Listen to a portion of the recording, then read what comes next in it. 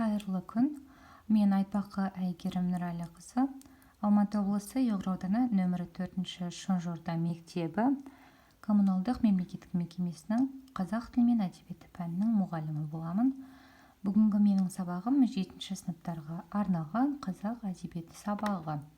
Сабағымыздың тақырыбы Мұхтар Шаханов, баллада, диалог, лирикалық кейіпкерлер. Оқушылар дәптерімізді ашып, тақырыпты менімен бірге түсіріп отырсақ. Енді жалпы сабақта жүзеге асырылатын оқу мақсаттары: әдеби шығарма сюжетінің құрамдас бөліктерін талдау және шығармадағы оқиға желісін өзіндік көзқарас тұрғысынан дамытып жазу. Енді мұндағы бағалау критериялары: мәтіннің мазмұнын түсінеді, сюжеттің құрамдас бөліктерін талдайды. Осы тақырыбымызға арқау болатын бізде Білімленд сайтында арнайы видео бар, Мұхтар Шахановпен толығырақ танысу үшін. Көрнекті ақын Мұхтар Шаханов 1942 жылы қазіргі оңтүстік Қазақстан облысының Отырар ауданында туған. Ақын оңтүстік Қазақстан жас алаш газеттерінде, Қазақстан телерадио хабарларын тарату жөніндегі мемлекеттік комитетте, Жалын журналында, Қазақстан жазушылар одағында түрлі жауапты қызметтер атқарған. 1993-2003 жылдары Қазақстан Республикасының Қырғыз Республикасындағы төтенше әрі өкілетті елшісі болды.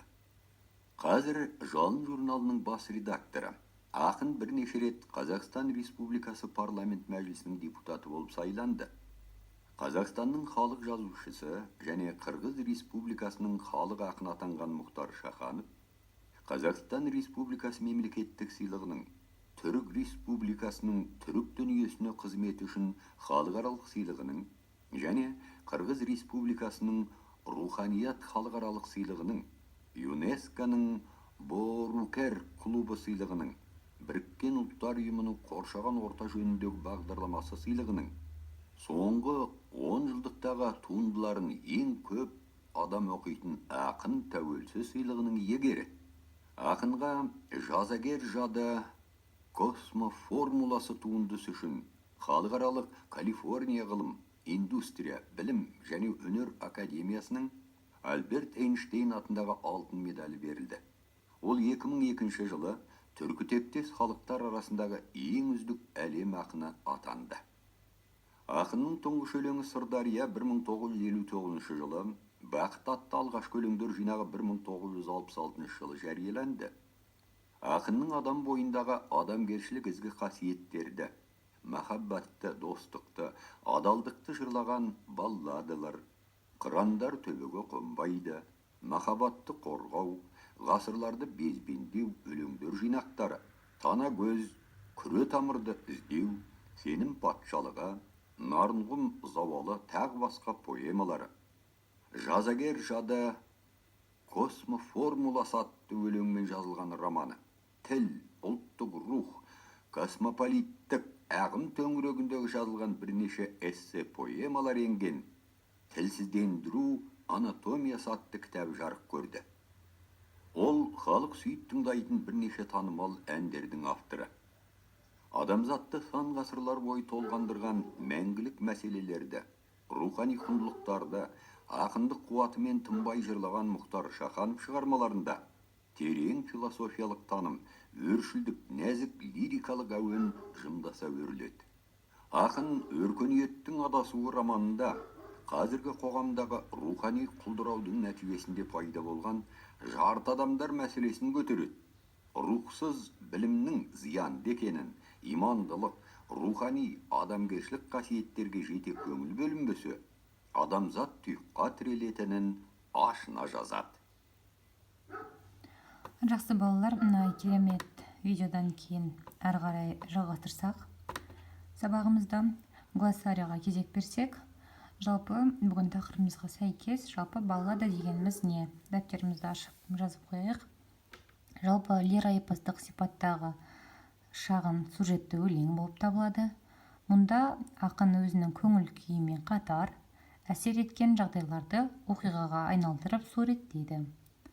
Балладаның мазмұны көбіне тарихи шындық, оқшау фантастикалық хал, еркін әрекет болып келеді. Мұхтар Шахановтың біраз өлеңдері осы балладалық сипатта жазылған.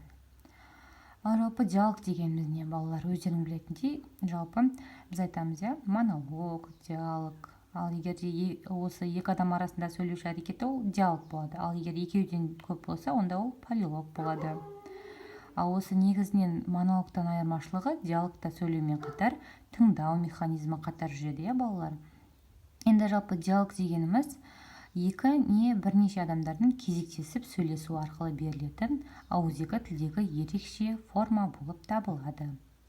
Диалог ғылымда танымдық процестің іздеген нәтижеге әртүрлі, бірақ бір-бірімен жарыспайтын көзқарастар, қатынастар, бағыттардың өзара байланысы жолымен жүзеге асырылатын прогрессивтік дамудың түрі ретінде көрінеді. Диалогиялық байланыс процесс диалогтың бір жағы ғана, басқаның көзқарасын игеріп қоймайды, сонымен бірге өзінің идеяларымен дамытады және байытады, оны анықтайды, түзейді, яғни жақсартады, балалар. Енді жалпы Мұхтар Шахановтың бізге беріліп отырған шығармасы Нарымқұм зауалы. Қысқаша айтып өтсек, Нарымқұм зауалы ақын Мұхтар Шахановтың Махамбет Өтемісұлы туралы жазған жыры, бәріміз білеміз, Махамбет Өтемісұлын. Бұл поэмада Махамбеттің күрескерлік айбынын, ұлттық болмысын, ақындық тереңдігін, азаматтық парасатын танытатын ілгері шығарма болып саналады. Поэманың бірінші бөлімі Махамбеттің соңғы сөзі деп аталады. Ал осы өлеңнің сюжеттік желісі Махамбет өмірінің соңғы күндері туралы өрбиді. Өлеңдегі трагедиялық образ Махамбет. Ол өзінің түсін айту арқылы ақындық пен батырлықты дәріптеп, өзінің ел болашағына деген зор сенімін білдіреді. Автор өлеңді Махамбеттің өз аузынан сөйлеу арқылы оқырмандардың зор ықыласын айтқан екен. Толығырақ ақпаратты Массагет деген сайт арқылы тауып оқысындар болады, немесе біздің өзіміздің күнделікті оқып жүрген әдебиет кітабымызда бар. Енді балалар, осы сабақ бойынша, тақырып бойынша сендерге тапсырма әзірлеген едім. Бірінші тапсырма мәтінмен жұмыс. Шапшаң іздену әдісі арқылы нұсқаулық айтсам, мәтін бойынша төмендегі сұрақтарға шапшаң жауап береді. Яғни сендер қазір осы сұрақтарды жазып алып, оған жауабын дәптерімізге түсіріп, шапшаң маған кері байланыс ретінде жібересіздер. Поэмада қандай оқиға баяндалады? Оқиға Қазақстанның қай жерінде өтті? Шығарма неліктен Нарымқұм зауалы деп аталады? Нарымқұмын Қазақстанның қай жерінде орналасқан және зауал сөзінің мағынасын қалай түсінесіздер? Және де келесі тапсырмамыз бізде поэма сюжетінің құрамдас бөліктерін талдау. Әдіс тәсілі, сәйкестендіру тәсілі. Яғни мына жерде балалар оқиғаның басталуы, оқиғаның дамуы, оқиғаның шиеленісуі, шарықтау шегі және шешімі берілген. Енді Махамбеттің өзінің өлер күнін бұрын сезінуі, сұлтан тыңшыларының батырды қапыда өлтіріп басып алуы, батырдың басы үшін қымбат сый алған жігіттің әкесіне келіп мақтануы, әкесінің ашуға мінуі және әкенің үкім шығарып баласын жазалауы деп жазылған. Енді осыны өздеріңнің балалар сәйкестендіресіңдер. Яғни қай сөз қай жеріне келеді, басы қайсы, аяғы қайсы, сәйкестендіру болады. Сондай-ақ бізде үшінші тапсырма шығармадағы оқиға желісін өзіндік көзқарас тұрғысынан дамыта отырып эссе жазу. Эссе жазу нормасы өзіміз білеміз, 7-ші сыныпқа сәйкес 150-200 сөз аралығында жазуға болады, балалар. Тапсырма түсінікті болып жатса, уақыт бөліп тыңдағандарыңа рахмет. Сабағымыз аяқталды. Сау болыңыздар.